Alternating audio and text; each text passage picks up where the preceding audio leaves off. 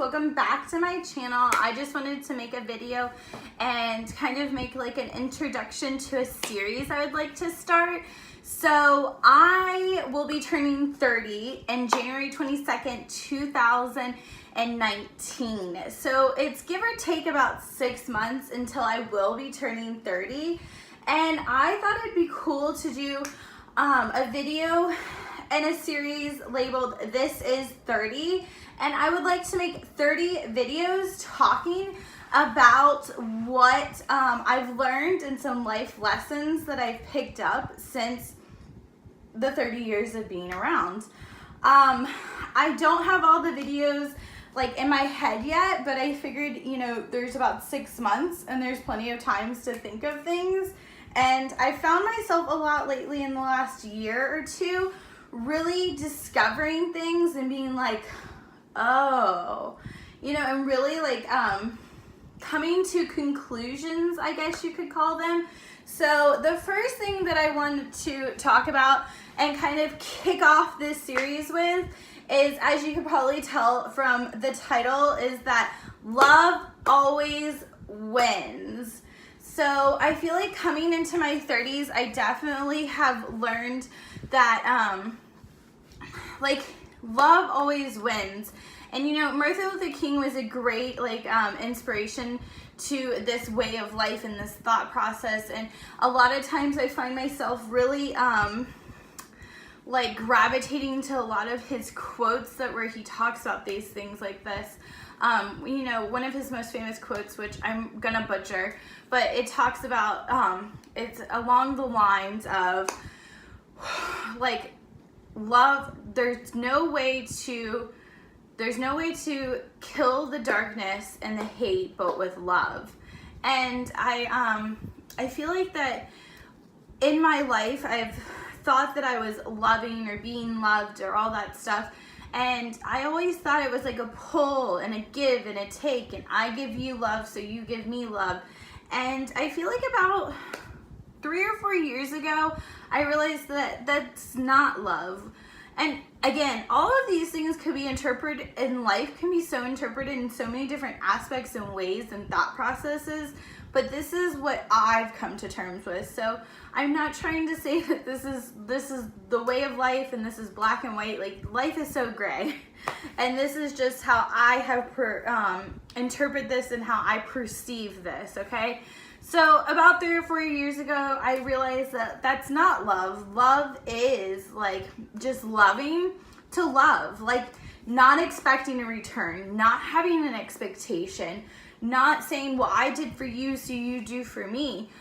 And I feel like all of my relationships turned in a positive way when I had that realization, and also when I started like investing, me personally started reinvesting in my relationships without that kind of thing, without that expectation.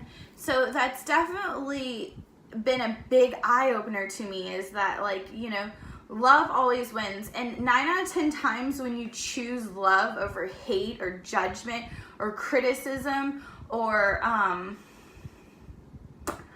just anything, like 9 out of 10 times if you just choose love, like, and I feel like it just pays you back in so many different aspects of your life, whether you believe in like karma or God or Christianity or Buddhism or any of those things. When you choose love, it does have a return of investment.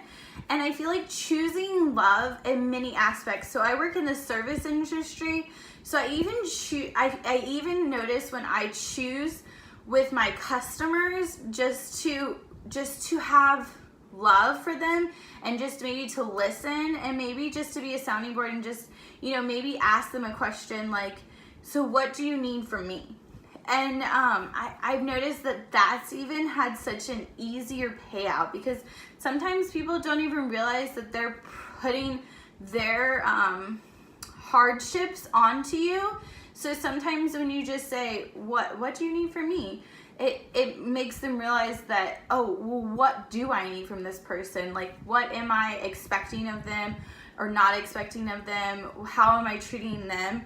and it really helps. It's also when I talk about like love always wins, I feel like even when you have a conversation to have with somebody that's a difficult conversation, whether it's your parents or your children or your closest relationships with the people that you love the most, or even if it's colleagues, I've noticed once I've had this realization that like love always wins, and to really go into every conversation I have with the best intentions for that person. And if I don't have that best intentions for that person, I usually choose not to have that conversation at that time. If I'm angry or upset or frustrated, I usually try to just like come to a better place and then have that conversation, because when I'm at the place where I'm being loving, I feel like, again, it always wins. Love always wins. So I feel like I can really just clear my thoughts and my process better, and really having that person's best intentions in mind helps me be a better person on what I'm giving out to the world. So, you know, that's a lot of conversation that I've just said about like what you can do for others, that love always wins.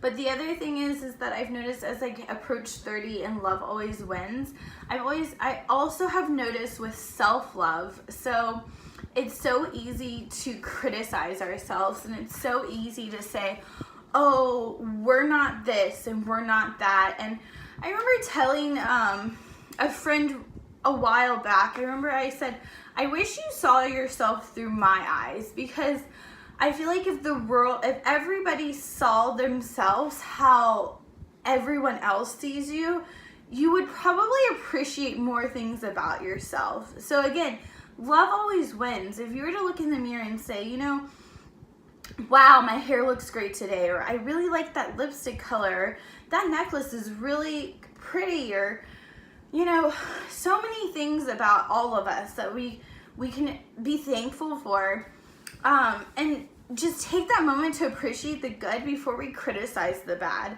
So yes, there's going to be things about all of us that, you know, we, you know, could over criticize, but if we just let love win first, and we just try to appreciate the positive things first before we criticize, our thought processes might change a little. We might, by the time we think about everything that we appreciate, we might not even have brain room, like food for thought, to think about the negative.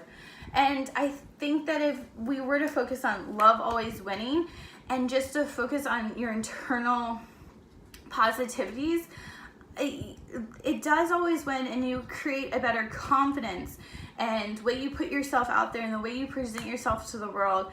And like with great strengths, we have great weaknesses. So it's okay to be happy with what we have. That's fine. Like as long as you know what your weaknesses are and you're trying to better them, or you're acknowledging them and then letting them go, then, you know, that's the thing, is just just loving yourself for who you are.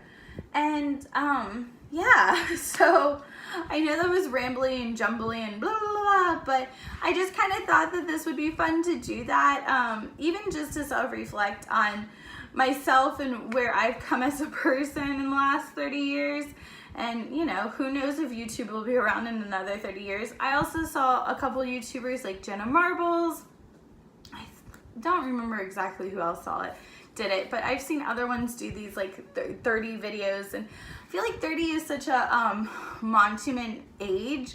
I definitely remember like becoming 18 and being out on my own. I moved, you know, across country and really like started my life at 18. So looking back, you know, 12 years now, I really have, you know, I was 18 years with my parents and 12 years on my own. It's probably the closest in my life that it's been about 50-50, even though it's not. I know how to do math, but I feel like looking back now and looking at that 18-year-old and then looking at where I am now, it's quite entertaining. So I think that, not entertaining in a bad way, but it's just, you know, it's great to see the progression of life and just life, you know. So it makes me excited and happy. So that's where I just wanted to kind of make this series and kind of just give some food for thought on some things. So thank you so much for listening. Thank you so much for watching. I look forward to the next one, and hopefully we'll have 30 by the time I get to January. Bye, guys.